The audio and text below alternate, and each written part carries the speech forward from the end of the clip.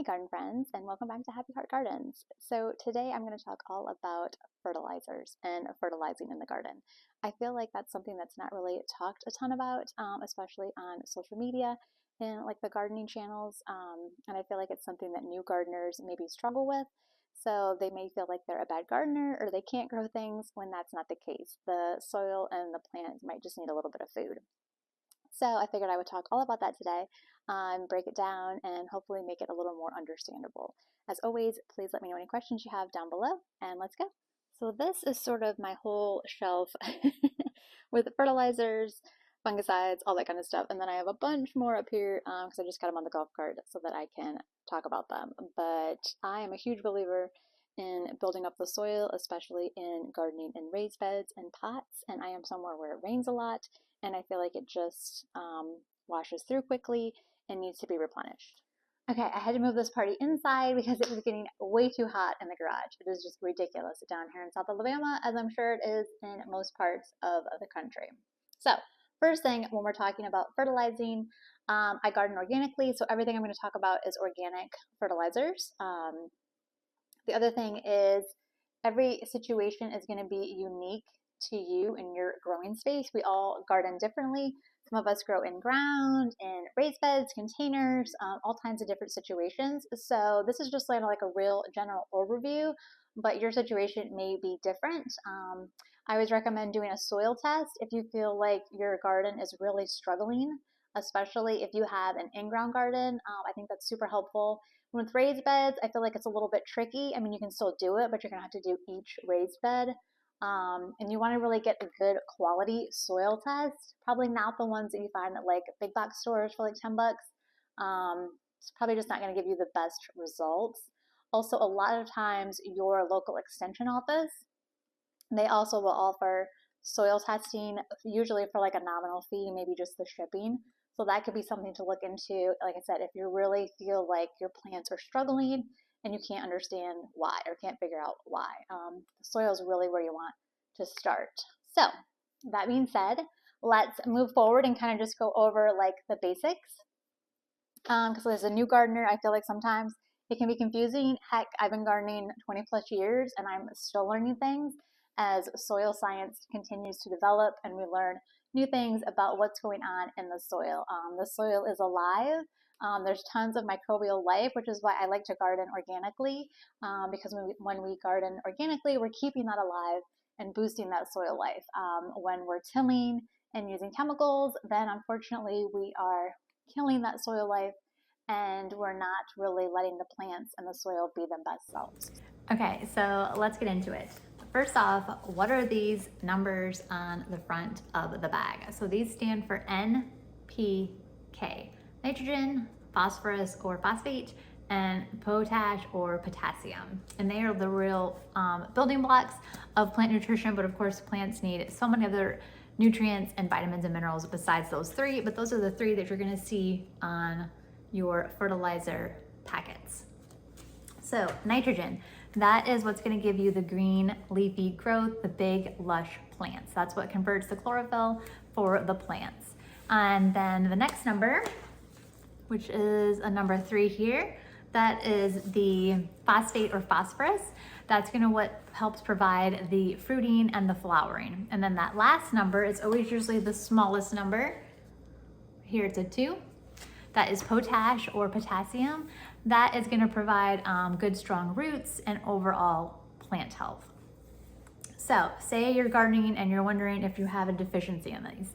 A nitrogen deficiency can look like stunted plants, plants that just really aren't thriving or growing after they've been planted in the ground long enough where they should be.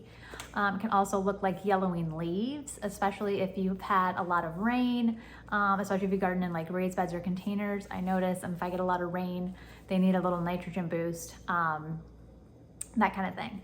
It's phosphorus, that second number. How do you know if you have a deficiency in that? You'll notice purpling leaves, specifically like on tomatoes.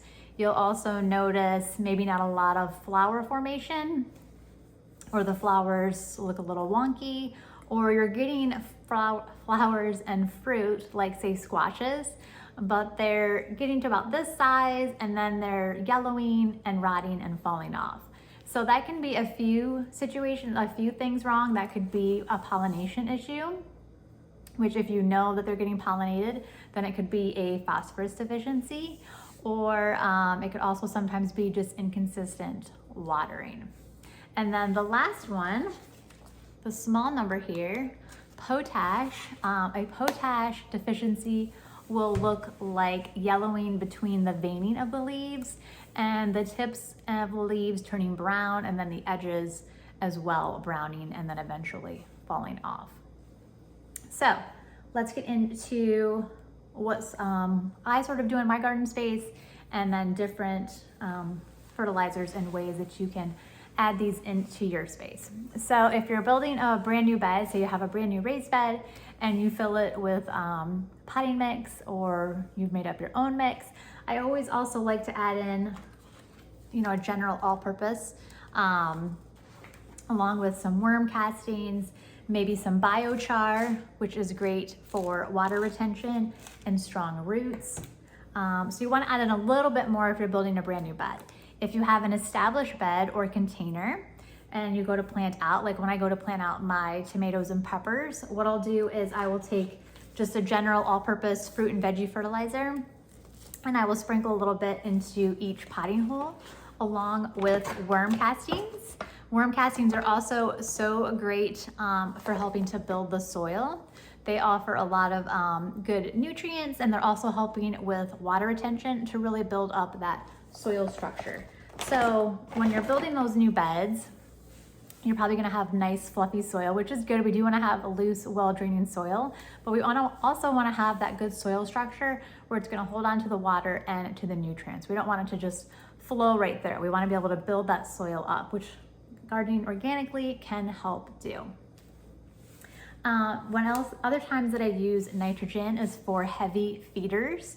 So things like onions, corn, brassicas, things that really want a lot of nitrogen to help them grow. So if you want really big onions and you're not getting them, they probably need to be side dressed with a form of nitrogen. So there's a couple different, there's lots of different forms, oh my goodness, of nitrogen. There's some that are slow release and some that are fast release. So blood meal is a great fast release or a rapid release form of nitrogen. You can see here it is a 12, and you can even see they show like brassicas, corns, heavy feeders. So as I'm growing my onions, I will side dress them every 2 weeks with some blood meal, because they need that to make those big green leaves to give you those big bulbs. And when I say side dress, I just mean I'm taking some and I'm sprinkling it along the edge of the plant, and then I'm just mixing it back in to the soil or putting the mulch back on top.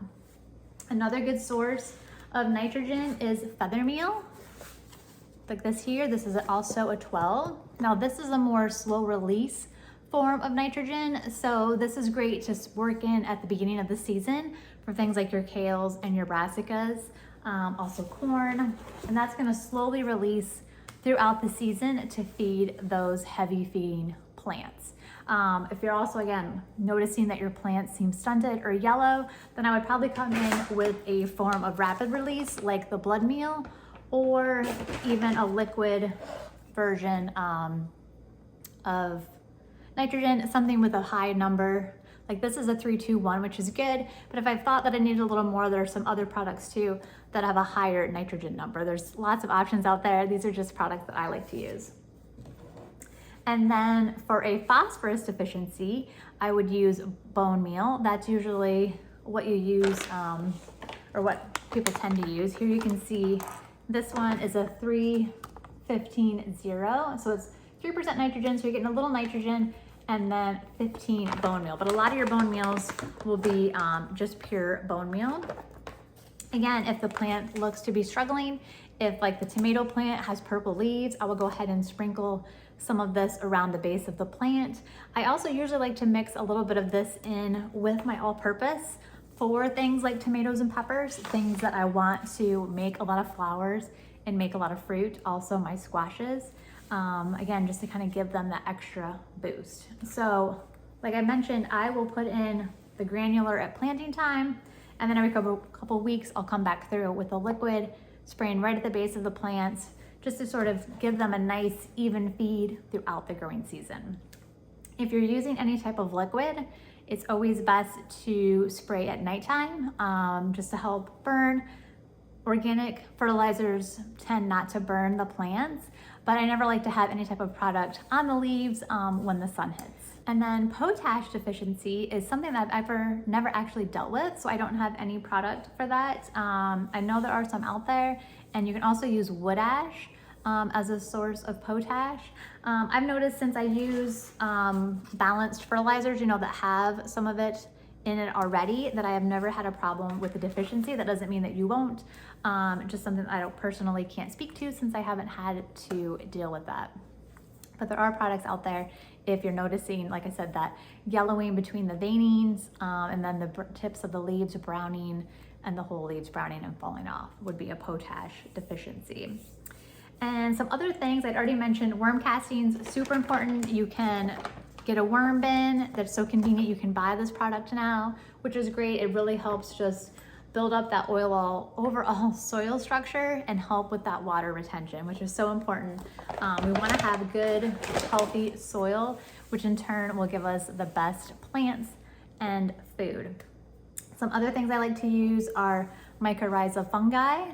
So this helps increase the fungal roots, which of course also helps improve soil structure and soil nutrient uptake and water retention.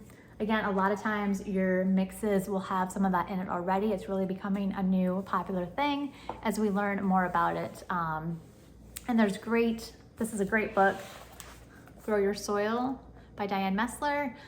Really talks so much about this. It's a thin book. You can see very easy reading. Highly recommend. Goes into some fertilizers, but also just soil science. I mean, it really is about building up the soil, which will in turn feed your plants. Other thing I like to use once in a while is unsulfured molasses, because like I said, not only do the plants need NPK, but they also need other nutrients, vitamins, minerals, and this is a great source of calcium, potassium, and iron for your plants. So I will just use this in conjunction with my liquid fertilizer when I spray every couple weeks, and plants love this. And then finally, cover crops and mulch. So you may not think of that as fertilizer, but cover crops 100% can be. There are so many different cover crops out there. One really for like any type of growing situation or problem you're trying to fix. So they can help add biomass and nitrogen back into the soil. They can help with pests. They can help with breaking up hard soil. If you're gardening in ground and have like hard soil, you can get a specific cover crop for that. They can help with suppressing weeds, but really they're just great because you don't ever want to leave the ground uncovered. The soil wants to be covered, the earth wants to cover herself, so help her with either cover crops or with mulch. You can buy straw mulch, like at Tractor Supply in that bag. That's usually what I buy because I don't have access to any other kind. I also use pine straw.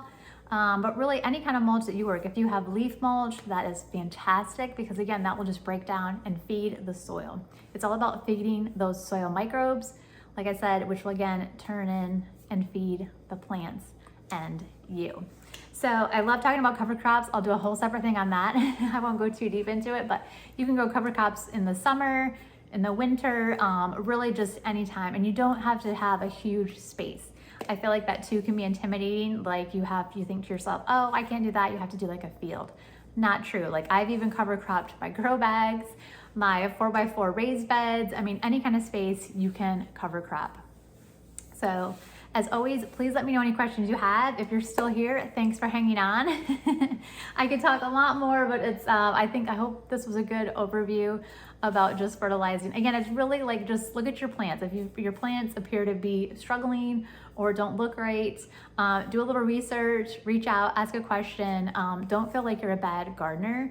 I really feel like this is something that just trips up a lot of newbies because they think like, the potting mix had stuff in it, so I don't need to add any extra fertilizer, but you really need to add in that extra, especially if you're gardening in containers and that type of thing. So, and I almost forgot to mention one of the most important things, and that is compost. If you're able to make your own compost, that is like garden gold. Now, I know that's not always an option for all of us, depending on your living situation. You may be like in an apartment or just not have a lot of space or just not even have the physical capabilities to do that. And that's okay. That's why they make so many great products now that for those of us that can't compost. But if you are able to compost, that is really such a fantastic resource for your garden and can really probably replace a lot of these types of things. So I didn't want to not mention compost because that is super important. I just know that it's not always an available option to everyone. So just something to keep in mind. Again, thanks so much for being here. Please give this a like and a subscribe if I didn't totally drive you crazy. And I will see you guys again. Happy growing, friends.